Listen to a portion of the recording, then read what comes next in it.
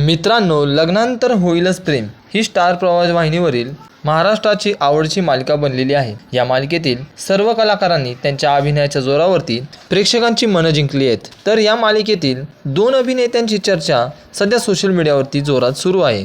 ती म्हणजे लग्नानंतर होईलच प्रेम या मालिकेतील जीवा पारच्या वडिलांच्या भूमिकेत पात्र साकारणारे अभिनेते अविनाश नारकर यांची मालिकेतून एक्झिट होणार असल्याची माहिती समोर येताना दिसत आहे।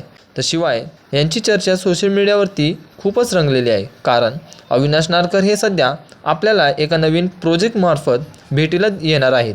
तर ते नवीन प्रोजेक्टचं नाव आहे जनक या प्रोजेक्टमार्फत अविनाश नारकर हे भेटीला येताना आपल्याला पाहायला मिळणार आहे। या प्रोजेक्टमध्ये आणखी एक अभिनेत्री देखील सामील आहे। अभिनेत्री अनुष्का पिंपोटकर ही सुद्धा जनक या प्रोजेक्टमध्ये आपल्याला पाहायला मिळणार आहे। याच दरम्यान या दोघांचे सेटवरील फोटोज देखील आपल्यासमोर आले आहेत। त्यामुळे अविनाश नारकर आणि अनुष्का पिंपोटकर या दोघांनी लग्नानंतर होईलच प्रेम ही मालिका सोडली आहे का, असा प्रश्न मालिकेच्या प्रेक्षकांना पडला आहे। परंतु या दरम्यान अधिकृत माहिती समोर आलेली नाही आहे।